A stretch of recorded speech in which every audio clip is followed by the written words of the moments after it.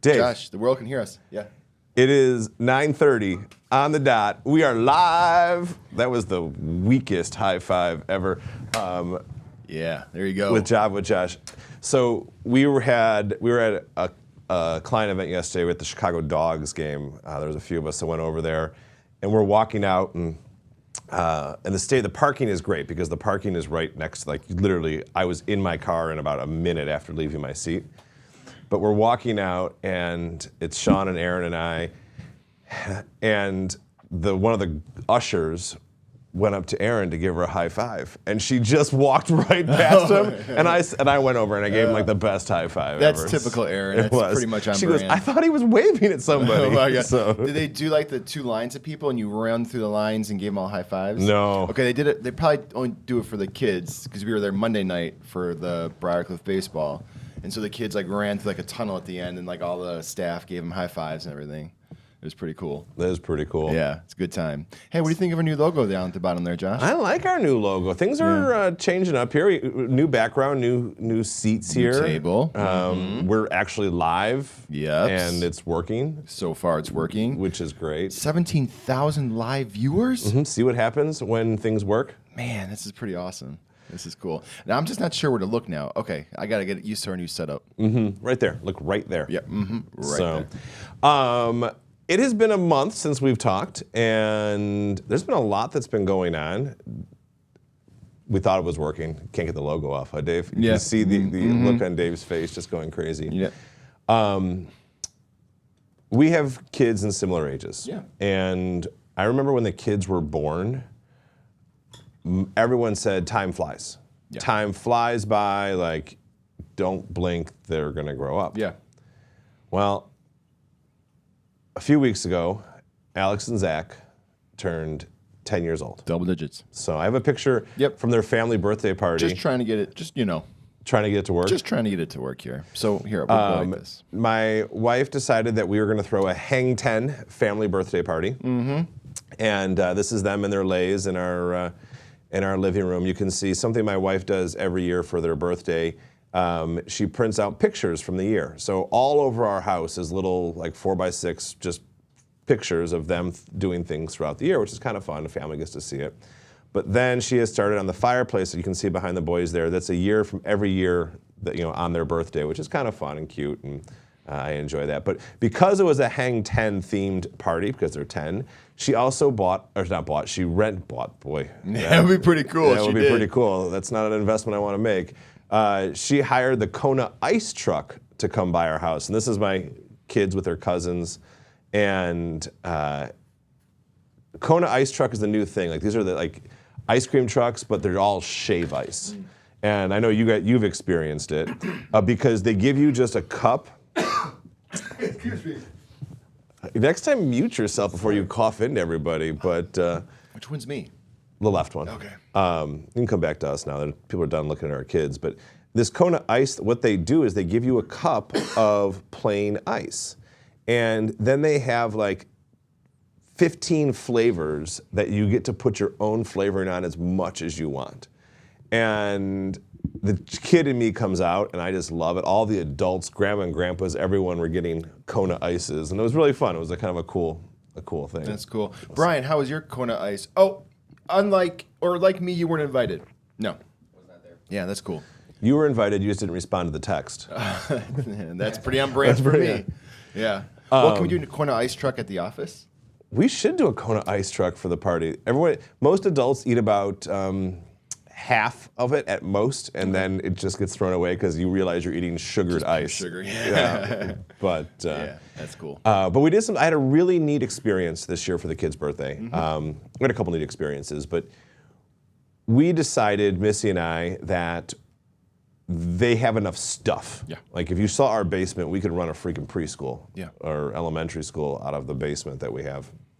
And so we wanted to try and find an experience for the kids. And Alex was really easy. So Alex is become a huge Beatles fan. He's in this school of rock, learning to play guitar, doing all this stuff. He's become a huge Beatles fan. And Beatles The Rain was coming to Chicago. Not yet. I want to set this picture up here. Sure. And happened to be over his birthday weekend. Okay. And so for those who don't know, Rain is like a Broadway show done to like a live Beatles concert. And I've heard about this for a long time. I grew up as a Beatles fan. And so my wife says, why don't you take Alex for his birthday? Tickets were pretty expensive. We didn't both want to go. And so I got to spend a whole day with Alex for his birthday. And we don't do one-on-one time with our kids. It's not intentional. It's just it hasn't happened much. Sure. And so I got to spend the day with Alex. Now you can show the picture here. And we did two things. First, we went out for dinner. Went to is it coming up there? Oh yeah, here 1 second. We went out to dinner. So on the right-hand side there, they brought him a giant slice of chocolate cake. He ate about 3 bites of it, and his head could still be seen through the hole there, which is funny. But then we got to go spend and see the concert Rain, which was really, really cool. And I think it was as special to me as it was to him. So that was a neat thing. I know you and Landon you're much better at one-on-one time than we are. Yeah, but it's easier with one kid. It is easier. Yeah, I agree with that. The only option is one-on-one time, essentially. That is true. Yeah. So it's a really cool coaster you have over there. You like this coaster? I do. What is it for? That is for this was a gift from my co-host on our radio show. Oh, that's cool. So Okay. that is an announcement we have coming up. The logo just going to sit there. Yeah, I did it just to fill space until we get decorations on the wall. Oh, so it looks like it's on the wall behind us. Yeah, exactly. For those of you that don't know, I also, as an announcement, have started a live weekly radio show, and it is on the Own Your Retirement show is on WLS 890 AM here in Chicago. It premiered last weekend for the first time. Our second show is coming up this Saturday, again 7 to 8 a.m. 890 WLS. It's a little different than this. You're not on that one. I have another co-host who's much more radio-centric. What are you trying to say? Well, actually, Monday after our office had listened to the first show, Diane said to me, Josh, you really have a voice for radio. And I think it was you that said, don't you mean face for radio? Yeah. So sounds like something I would say. Yeah, it was. But, so that was kind of fun. Yeah, cool. Before we get too far, Yep. Brian is our compliance director. He's sitting there probably sweating his brains out because we haven't talked about the fact that everything we're about to talk about today is not specific advice. It is for informational purposes only. But as always, if you'd like specific advice, we'd be happy to give it to you. Just give us a call and we will gladly talk to you one-on-one about your own situation. So Compliance. So what's going on here? Dave, Yeah. next on our agenda here says, what is Java with Josh? It's got your name on it. And I feel like we do this every month, but I want to continue it there if we can. So I feel like we need to have a camera that like slow pans on me. I can make this a very dramatic moment in the show. You're full of drama. Yeah, man. More drama for your mama. All right, so Java with Josh is a monthly live video show that we stream to YouTube. And the world wanted more Josh, so I said, let's give the world more Josh, but with some Java. So monthly, usually in the middle of the month, Wednesdays, we go live. A few days before we go live, Josh and his lovely team of advisors sit down, and they plan a topic that is timely and relevant to you, retirees, and those soon to retire, and even for you, Major Tom, who is not soon to retire, but you still watch our show, so thank you for that. That is Java with Josh. Our next one will be Wednesday, July 17th. I feel like I might be out of town for that, but I'll try to be here in spirit. Wait a second. At least.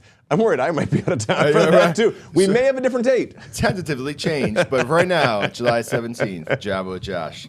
So, yeah. No, I'm pretty sure I'm out of town for that one. Okay, cool. Yeah, different date. Well, so we'll get it all out to you. How this all works is Josh is like, pick some dates, and then I don't add them to the calendar, and this is what happens. So, Okay. but you'll receive an email. By the way, I have reduced the number of emails that I send out. I just send out one the day before and one about 90 minutes before the show goes Perfect. live. So, yeah, people were annoyed with the amount of emails I send. Or just you in Yeah, general. me in general. Yeah, that works too. Our client base does have a love-hate relationship with you. Yes. Some people love you. Some people hate you. Hate's a strong word. Some people have learned to love you. Yeah. I mean, Doug Smith, I don't think liked you at the beginning, but now he really appreciates you and all that you bring to the table. Yeah, me and Dougie Fresh. What did you tell? You told somebody that your role was to humanize me. Yeah. That's been like from day one. I think that's fantastic. Yeah, you're welcome. Can we get on with this, man? We've been rambling. It's like our podcast. It's like 15 minutes of shenanigans. 10 minutes. We had 10 minutes in. We haven't mentioned a single thing of value to our audience. You're right. I neglected the 5-minute pre-roll that we had. So right, we've only been talking for 10 minutes. Yeah, we're good. My bad. Okay. Mission statement? Something I'm really proud of, and actually, I was talking to another advisor, and I was sharing our mission statement, and he says, "Do you have this permanently in your office anywhere for clients, anyone who walks in to see, and kind of as an art form?" And we put it on the TV. Mm-hmm. You make some nice graphics over it, but I think we should talk about making this something that is more permanent, and it's something we're very proud of, giving you the confidence to make retirement the best part of your life. This comes from something, actually Dave helped us develop this. This retirement is something you look forward to your entire life. It's something that, you put things off or you can't wait to do things, and sometimes the reason you don't do it is simply because you don't have the confidence that you can do it. So if we can help make retirement and give you the confidence to make it the best part of your life, everyone in our office feels fulfilled in being able to do that. So well said. Oh, well, let's get into some nitty-gritty nuts and details. We'll see how this works here, because I'm going to be standing and sitting and standing and sitting for this. But today's presentation is a little different. I'm going to grab my pencil here. Today's presentation is about cash. And the first thing I want to show you here, we've been, let's talk about this. I forgot about this little thing here. Our Own Your Retirement Planning process. This is the heart and soul of everything that we do. The Own Your Retirement Planning process incorporates all of the things that you need to take control of your retirement, to give you that confidence to take control of your retirement. Now, I was talking to someone in our office yesterday where the sense of ownership is something I want to make sure everybody understands. The time that now you actually can control what happens to you. A lot of times we spend our lives feeling helpless, feeling out of control, and retirement is one of those times that if you take action, you can take a lot more control back into your life that you never were able to before. And our planning process, which covers 5 unique areas here, which is going to cover your income, where's money going to come from? It's going to cover your investments, where's your money going to sit? It's going to cover your taxes, how do you minimize taxes? It's going to cover your health care, how do you pay for Medicare and long-term care? And finally, it's going to make your legacy and your estate planning come together. So when you can't make decisions for yourself, how are they being made, either when you're alive or when you're past? And you have to tie all of these things together. And I don't think we spend enough time talking about the importance of how this works for the clients. And what this does for them is truly allows them to own their retirement and not have to worry about any outside forces that come into play. Let's see how this looks with you standing up. Not great. Let me go back to this. So, Brian, what I'm looking at right now on the screen, you can probably sympathize with me here. I spent hours remaking this slide for Josh, and he goes up like a little child and scribbles all over it. Like, it's kind of heartbreaking. All I do is scribble on stuff. That's true. So it's totally fine. You're a chief scribbler. So, but moving on here, today, this is, other than inflation and talking about the graph of the yield curve, I've shown this on more Java with Josh's than anything else. And this is what I like to call the periodic table of investments. The periodic table of minerals is something that you learn as a high school. I always loved it. I love maps and things like that. But this is of asset classes and investments. And what it's showing here is year by year. We started in 2009 here all the way through the 2023. What's performed the highest? So for up here in 2009, emerging market equities was the best performer. Small caps was here in the middle. Fixed income was down here. Cash was at the very bottom. Move forward here, emerging market equity moves down. Then it's the last place. And what it's showing here, and the purpose behind this, is the fact that the winners of last year aren't always the winners of next year. They could be the losers, and vice versa. The losers of last year are not necessarily the winners of next year. And what wins most often is that diversified portfolio, a good diversified asset allocation. Now, Dave, I want to, if you could come to me here, because I want to make a point on something.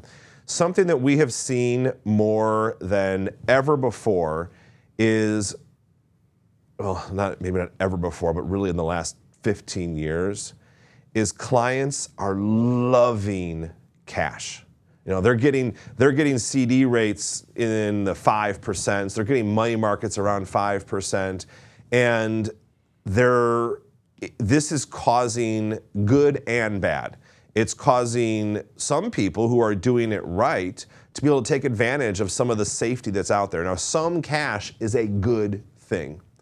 Too much cash is still a bad thing.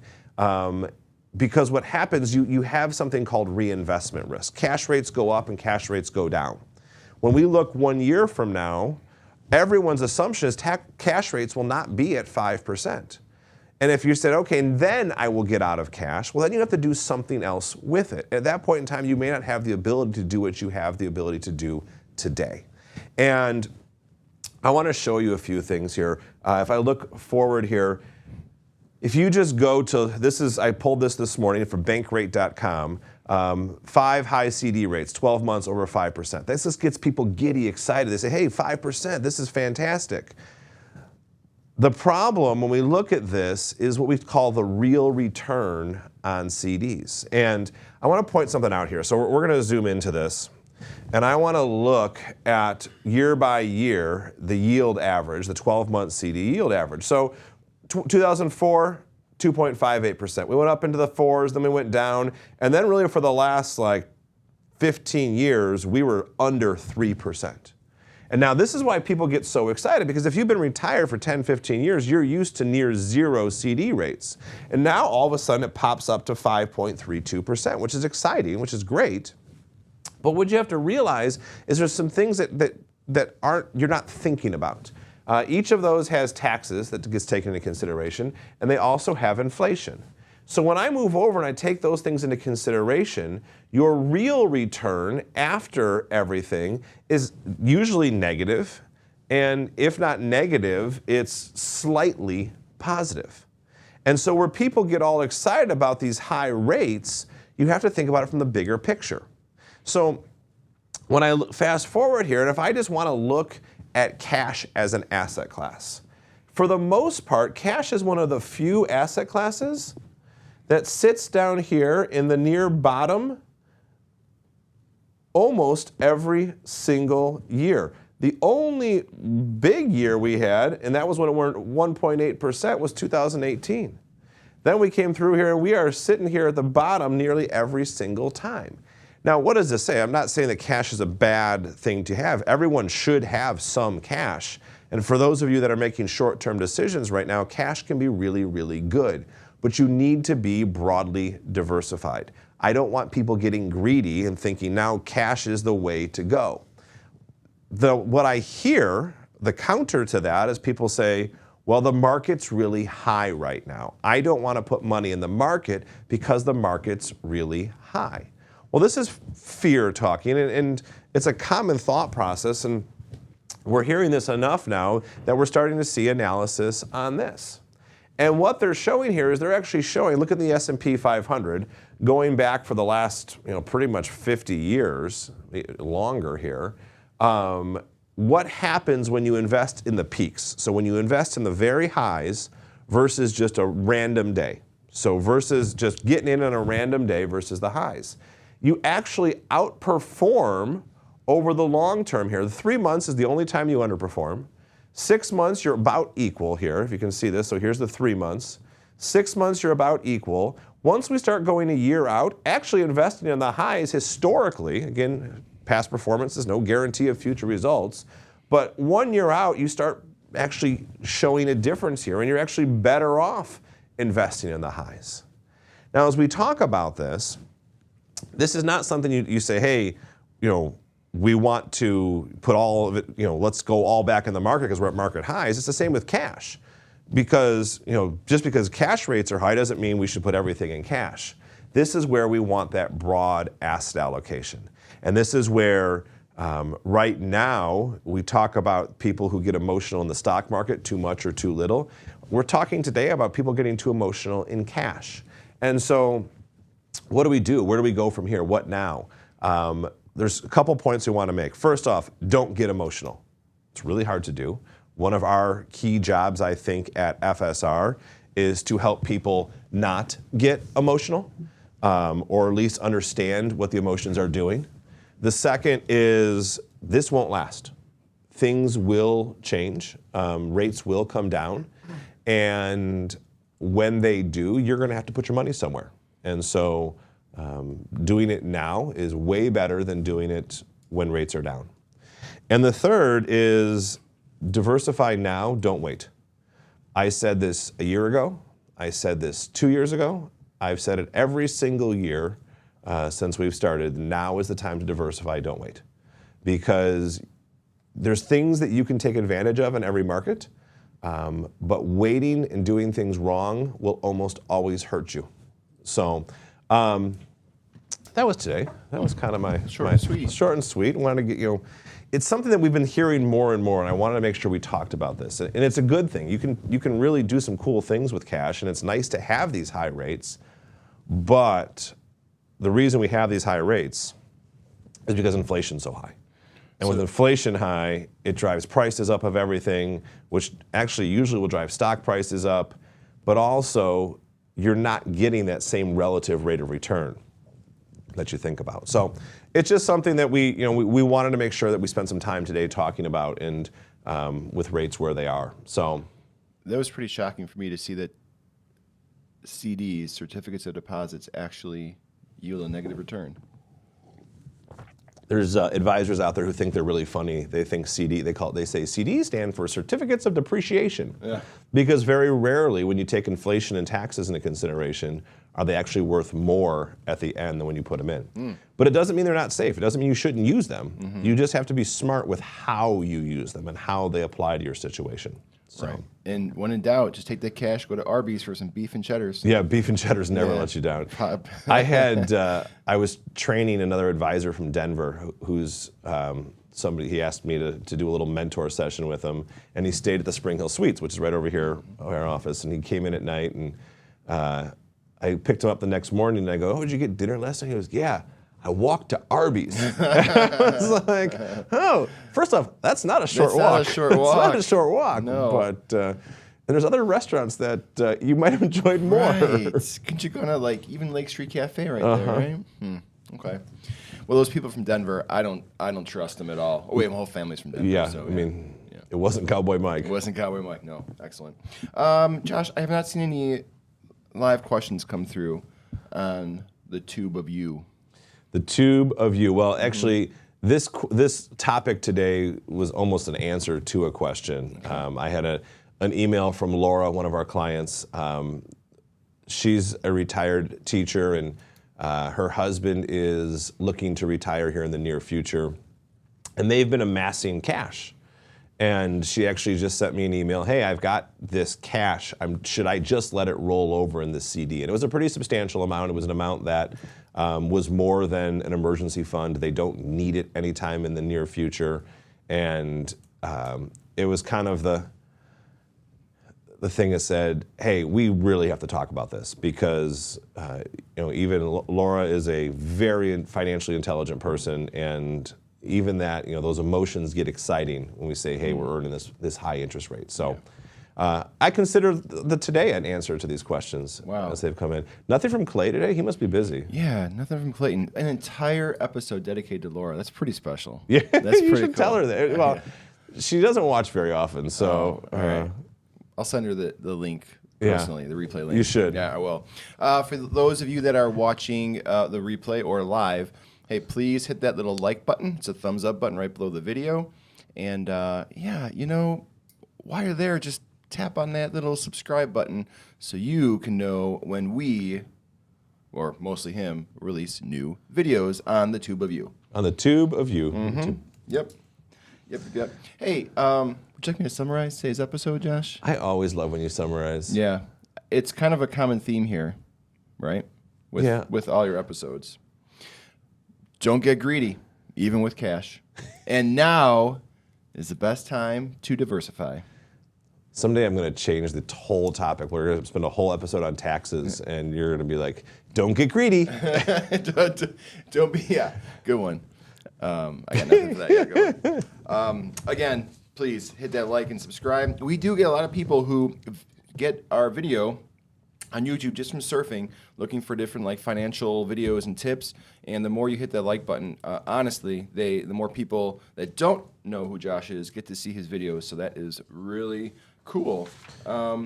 And if you are watching and you want to talk about what to do with your cash, what some options are out there, feel free, reach out to our office, 630-993-8200. 630-993-8200. It's almost like you've been practicing this for the radio show. Well, the radio show is a totally different phone number, and so it is funny. I get used to saying that more often. So. Did you hear that, Brian? The phone number just rolled off his tongue. Like oh man, that was funny.